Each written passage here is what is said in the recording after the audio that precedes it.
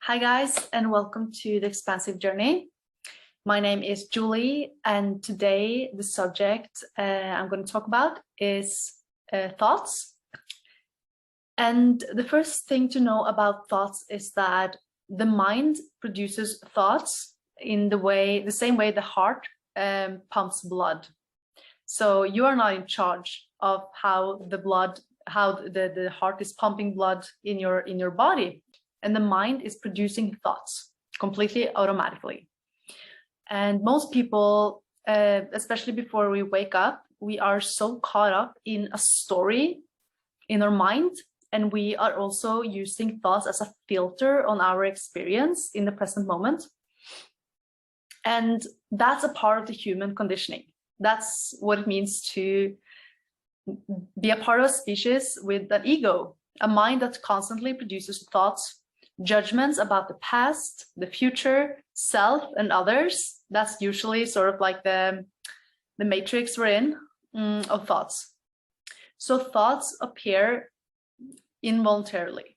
You receive your thoughts. It's not something that you consciously think. You can definitely use your mind in an intellectual way or receive sort of creative inspiration. But just thoughts about others and yourself is actually something you receive. And the reason why we don't realize this is because we are so identified with the thoughts.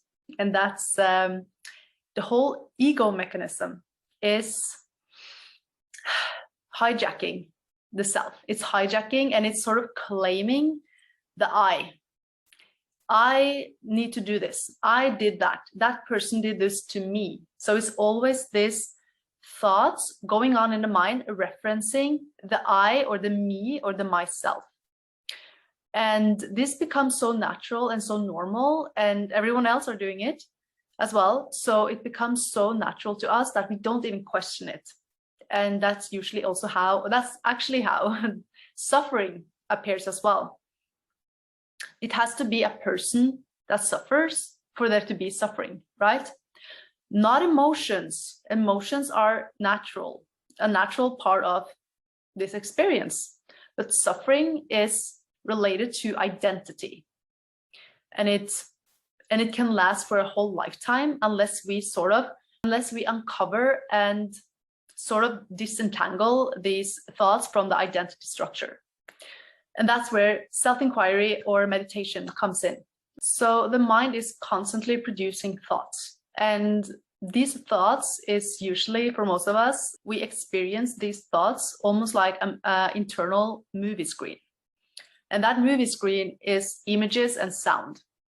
And these images are, and the sounds consist of language and objects and colors that we have seen in the actual world. So the thoughts are reflective of the actual, and they reflect each other. So we can say that if there appears a thought about the room you're in, you close your eyes and you get a thought about the room you're in. And then you can get an imaginary thought on top of that, that sort of thinks another person you know comes into the room to have a conversation with you. And they say something, and then you are in a story, right? And all of this happens so quickly, and it happens so automatically that we don't even realize it. And these thoughts can also be very loaded with emotions. And that's usually how the ego mechanism, I call it a mechanism, that's more what it is. It's trying to keep itself alive, and it sort of captures our attention. Its job, the ego's job, is to capture your attention. So if it uses like painful or intense emotions, you will feel that this thought is important, right? So if you imagine that someone comes in and says something mean to you and you feel sad, then that thought has a negative load that feels intensely negative, right? Which is how your ego got your attention. And when your ego or the ego mechanism sees that, oh, I got the attention using these thoughts with these emotions, well, then I'm going to keep doing that. I'm going to keep using those thoughts that will give those emotions. And together, this is how I'm going to keep this soul entrapped. And the more we start to question our thoughts, the more we start to challenge the ego, the more intense this mechanism can become. So that's why when we sit down to meditate and we start to look in and we start to sort of see the thoughts as thoughts, it can feel very intense and painful even when we do that, because all these disturbing thoughts, maybe also this you can feel like there's a tsunami of thoughts, like brrr, many thoughts coming at you at once and sort of just like swallows you, and you have no way to sort of get yourself out of it. You're getting like swallowed in thoughts, or like this very negative, intense thoughts with very vivid thoughts with stories of people, and that triggers your traumas. That you will pay attention to those thoughts because they're so painful, right?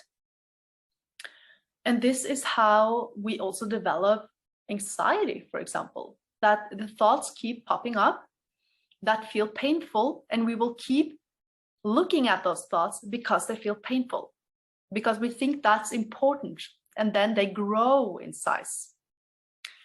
So how do we actually face thoughts and sort of become immune to those to the mechanisms? And this is not something that happens overnight, guys. This is something we need to work on. And just like everything else, it's going to be most challenging when we first start out. It can almost feel like the mind is fighting back when we look at it. And this is actually not what happens. What happens is that the same thing that happens when you light on the shadow. The shadow becomes visible, right? And before it also turns into light. So the first thing we need to do is to be receptive to thoughts, not sort of try to push them away or try to change them or fix them or manipulate them in any way. And you can use an example right now. You can imagine something, a thought about something that happened earlier in your day, or a thought that comes very clear to you.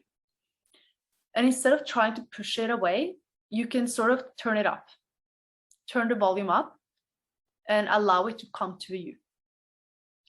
Allow it to sort of solidify and become even clearer and more visible. If that's a thought in form of a picture or in form of like a word, maybe there's a auditive thought. And then you can see what happens with a thought when you sort of don't resist it and you just allow it to come to you. Take down the guard and receive the thought as it is. See it as a thought. It is a thought. When we see the thoughts as thoughts, they lose the power over us. And when we actually allow them, they actually dissipate, and we see that it's nothing more than a thought. That's it. It's actually nothing that is dangerous in this moment. It's only something the mind is producing to get your attention. And when you give it that attention, and you know that it's the mind, it's the thought that is produced in the mind, and you face it, then it will lose its power over you. It might take some practice, and I go way deeper into this in my program, Awaken You. So I recommend that if you want to dive deeper into this with me, then you can book a call with me in the link in the bio if you are on YouTube. If you're on Instagram, then you can book that in the link in my bio. And to wrap up, I want to remind you that thoughts are something every human have. It's a part of the human conditioning. And as we start to spiritually awaken, we start to become aware of them. And we see them for what they are, really thoughts, just thoughts. But what we have a tendency to do is to run away from those thoughts because we are afraid of them, because they invoke negative emotions in us. But the way to make them lose their power over us is to face them and to allow them to express the way they want and need to be expressed. And with that, I want to remind you to subscribe to my channel and like and share this video if it resonates. You can also leave a comment below and let me know how this resonates with you. And if you have any insights about thoughts that you want to share with me. And until next time, much love and namaste.